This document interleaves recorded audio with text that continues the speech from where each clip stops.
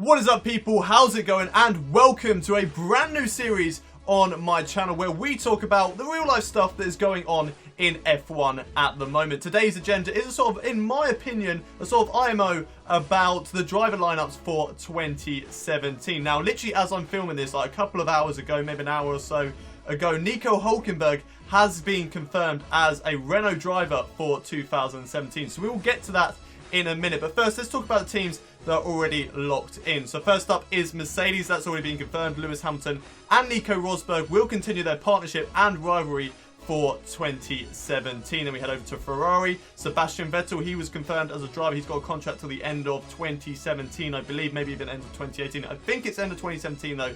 But Kimi Raikkonen back at the British Grand Prix, I'm pretty sure it was. He was confirmed as a Ferrari driver for 2017 as well. So Ferrari are locked in as those driver lineups. Next up is Red Bull, and both those drivers also have contracts for 2017. Daniel Ricciardo is signed up, which I'm pretty sure what he said was a long deal. Don't think he actually gave the date of when his contract runs out, but I'm not too sure on that. But Daniel Ricciardo is going to be a Red Bull driver for 2017. Alongside him is his very young teammate Max Vestappen, who has definitely been impressing this season for the Red Bull team. Now we come to McLaren. Now they announced their driver lineup a couple of race weekends ago. Jenson Button announcing that he was going to take a sabbatical, as Fernando Alonso going to be their main driver and number one driver for McLaren, with Stoffel Vandoorne having his first ever season in Formula 1 in 2017. And we had a race in the Bahrain Grand Prix. He had a very, very good race there, getting the first point for McLaren this season. And he's an exciting prospect in the sport to sort of see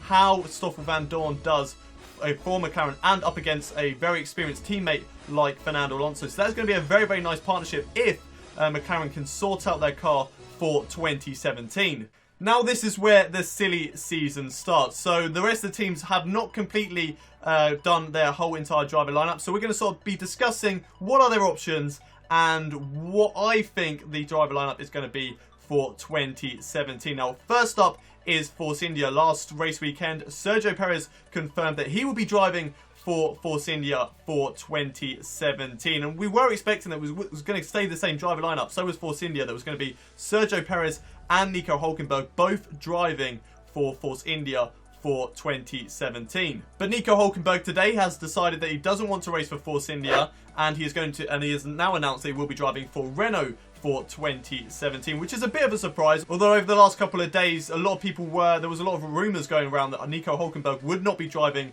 for Force India, and straight away they were jumping on him driving for Renault. So it was only a matter of time before that was announced in the last couple of days. But that brings us to the question, who will partner Sergio Perez for 2017? Well, there's a couple of options. They have Pascal Werhlein, who has done some development for them in the past. He is definitely an option from Manor. He's had a very, very good season. Got them 1 point already at the Austrian Grand Prix. So he's definitely a prospect for Force India. Another rumour is that with Nico Hulkenburg going over to Renault, that Jolyon Palmer will then do a sort of transfer switch and head over to Force India. I don't think that one's going to be very likely at all. I don't think that Jolyon Palmer has really done enough to impress Renault for him to stay there, let alone go over to Force India. Like, I'm not too sure why Force India would pick him up instead of taking a more experienced driver over a driver that has shown that they are better this season. Another option for Force India is one of their guys that has done a few practice sessions this season, Alfonso Celis Jr. I think that's how you say his name. He's done a few practice sessions this season, but I don't think he's experienced enough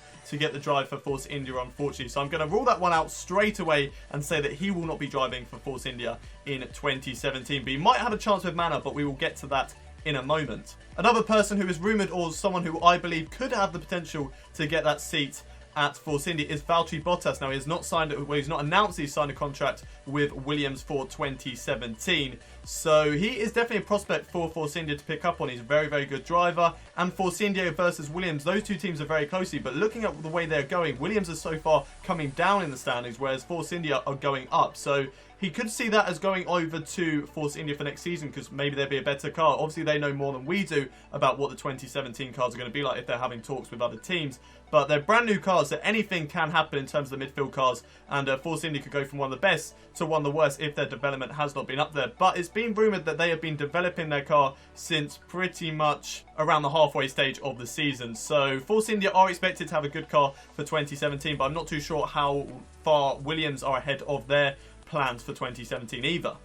Esteban Ocon, he is another driver who has been rumoured with the Force India seat. Now, he's been rumoured with a lot of seats in this, and we'll get to that in a moment, but I'm not too sure about Esteban Ocon. If I was going to choose between him and Pascal Werhlein, he's done more development work with Force India, Pascal Werhlein. So in terms of those two, the two teammates, Esteban Ocon has done well in the last couple of races, but Pascal Werhlein has more experience, and he has more experience in the team as well. So I think I would choose Pascal Werhlein over Esteban Ocon. And another guy who is going to be rumoured with pretty much every team in this video is Danny Kvyat. Now, I'm pretty sure that he's going to be dropped by Toro Rosso at the end of the season, so we will not be driving for them in 2017. As in terms of driving for Force India, though, I don't think that's going to be possible either. I don't think that he is going to go to Force India for 2017. I might be wrong, and I hope I'm wrong. I do kind of like Danny Kvyat as a driver. I do hope that he does find a drive for next season, but in terms of Force India, I do not think it is going to be them. So out of all those drivers, who do I think is going to be driving for Force India in 2017? We've already confirmed Sergio Perez. So who is going to be lining up alongside him? It's between Valtteri Bottas or Pascal Werhlein. So between those two, I think it's going to be Pascal Werhlein that is going to be driving for Force India next season. He's done a lot. He's impressed in that manner so far, but he does need a competitive car to impress even further. And I think Force India are the team to give him that. So I do think that Pascal Werhlein will be driving for Force India in 2017. Up next on the list is Toro Rosso, and they have confirmed that Carlos Sainz will be driving for them next season. I already said that Danny Kvyat will not be driving for Toro Rosso in 2017. Well, I don't believe they will be driving for them.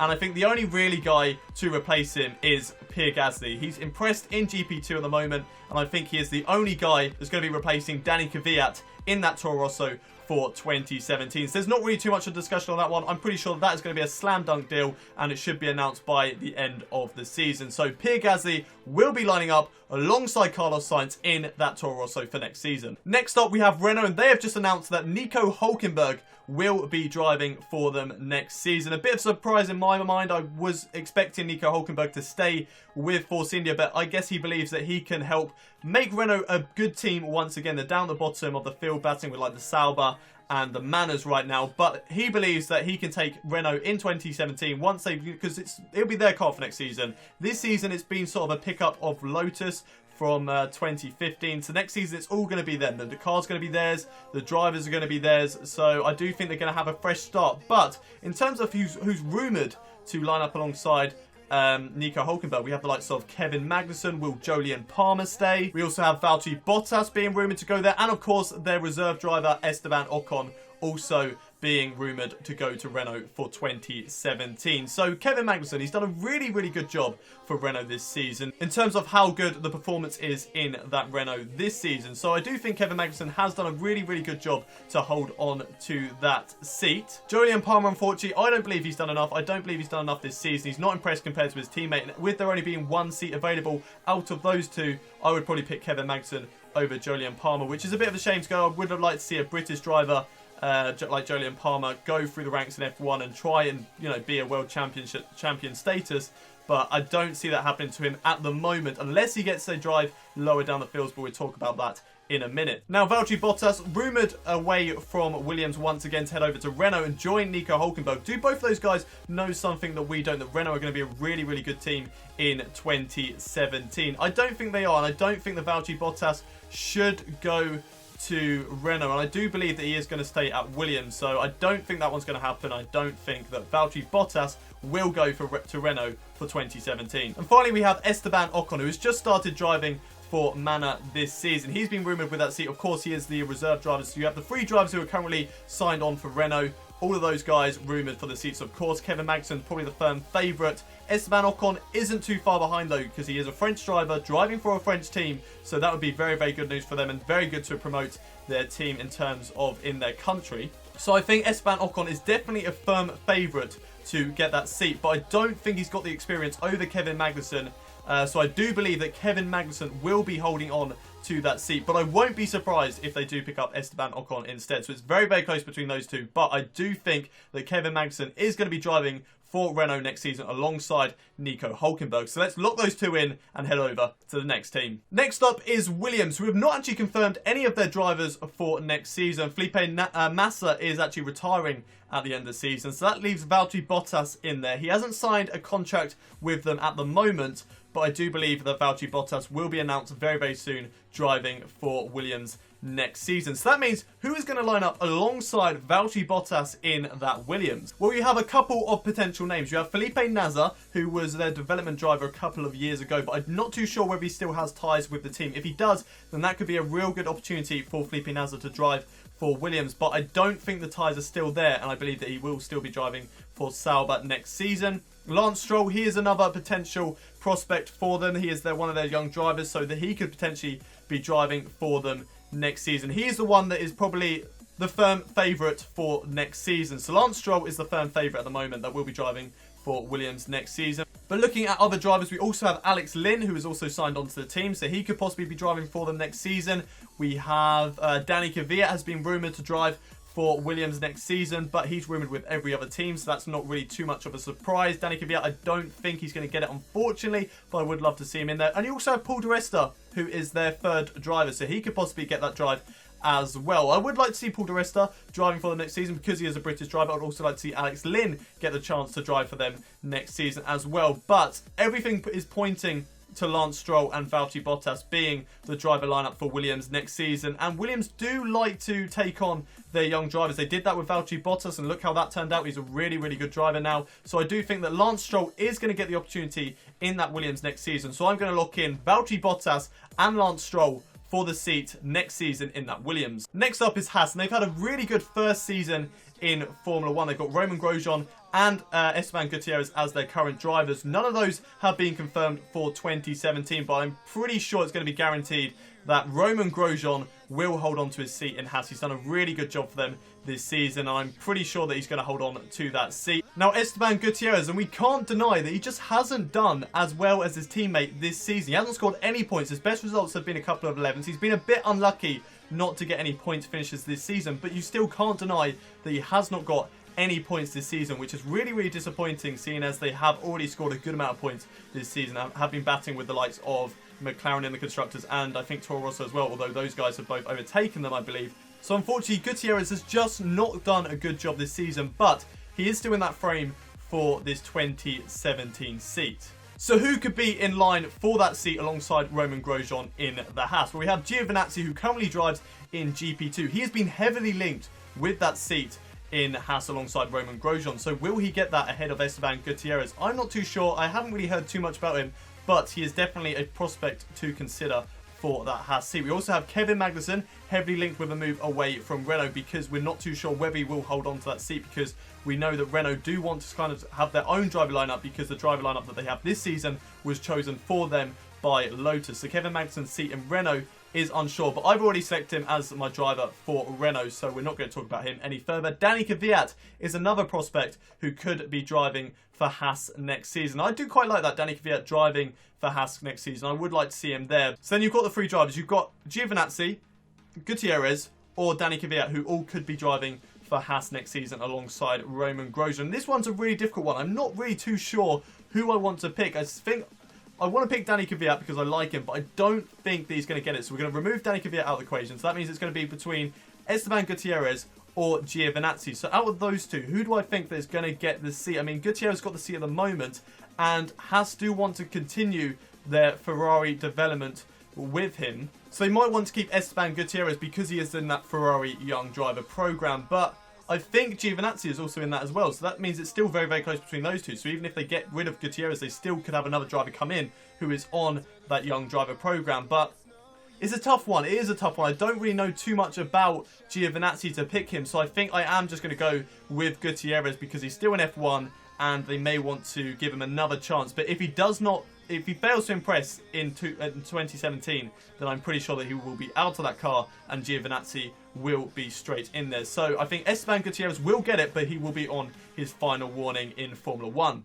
So next up is Manor, who currently have Pascal Werhlein and Esteban Ocon as their drivers. They also have Haryanto, who is linked with the team. You also have Alex Rossi, who is linked with the team. And you also have Jordan King, who is linked with the team. So they have a lot of drivers in there in case any of them go. I do think Pascal Wehrlein is going to go to Force India, so he is out of the frame. Esteban Ocon, I believe, is going to stay with Manor for one more season because I don't think he's going to get that Renault seat. So if he doesn't, then he's definitely going to stay with Manor. So who is going to get that seat alongside Esteban Ocon? You have Haryanto. If he has a lot of backing, he can definitely be in that seat once again for the start of 2017 because they only got rid of him because of the backing disappeared. But apparently he has that money once again, so he could definitely pay for that seat for next season in that manner. You also have Alexander Rossi, who, if they want to bring an American driver and try and give a bit of American backing to their team, they would certainly want to get Alexander Rossi in there. But you also have Jordan King, who is in GP2, who is also their development driver, so he is a prospect for them as well as Jolyon Palmer. If he doesn't get that seat for Renault, which I don't believe he will, he could possibly go down to Manor, go down the ranks and start again with them and try and build up his reputation in Formula 1 with Manor. And then you also have Alfonso Silas Jr. as another driver who is a prospect for their team as well. So they have a lot of drivers on their cards for them and a lot of discussion that we have to do for Manor, even though they're at the back of the team and back of the grid, and we won't really be expecting those drivers to do much next season, but there are still a lot of drivers to pick from in this Manor seat. So first, let's get rid of the drivers who I don't think will be driving for Manor. We're not really going to talk about them too much. I don't think that Alexander Rossi will be driving for Manor next season. He's had his chances, unfortunately, and I just don't think that it's going to happen for him. He's very happy driving in the Indy in the Indy series at the moment, so I think he's just going to continue with that. So Alexander Rossi, I don't believe he'll be driving for Manor next season. Alfonso Silas Jr., I don't think that he will be driving either, so a little bit unfortunate for him. Jolyon Palmer, I want to say yes, I want to see him in Formula 1 next season because he is a British driver, but I just don't think he will. I just don't think that he will get the seat next season. So that means that it's between Jordan King and Haryanto, and it's all a case of, do they want the better driver, which I think is Jordan King at the end of the day, or do they want the financial backing? And thinking of a team like Manor, I think they're going to go for the financial backing. So that is why I think that Haryanto will be back in the seat next season for Manor in 2017, with Jordan King once again as their development driver, ready to jump in there if Haryanto's funding disappears like it did this season. So I'm going to lock in Esteban Ocon and Haryanto for that seat next season. And finally, the last team on the grid whose drivers are not confirmed are Sauber. And recently, Sauber were bought out by a Swedish company, which I believe also owns Marcus Ericsson. So it is pretty much Marcus Ericsson's team. So it's pretty much confirmed. Well, it's pretty much guaranteed that Marcus Ericsson will be driving for Sauber next season. Now that brings us to who will line up alongside him. Felipe Nasr, he brings in a lot of backing for Sauber, which is something that they do need because they are a team that struggle financially. You also have the likes of Jolyon Palmer, who is pretty much linked with every seat in here because I don't see him going to Renault, so he's trying to find a drive somewhere else. Kvyat is also in that frame as well, trying to find a drive somewhere else. I don't think he's going to get a drive either.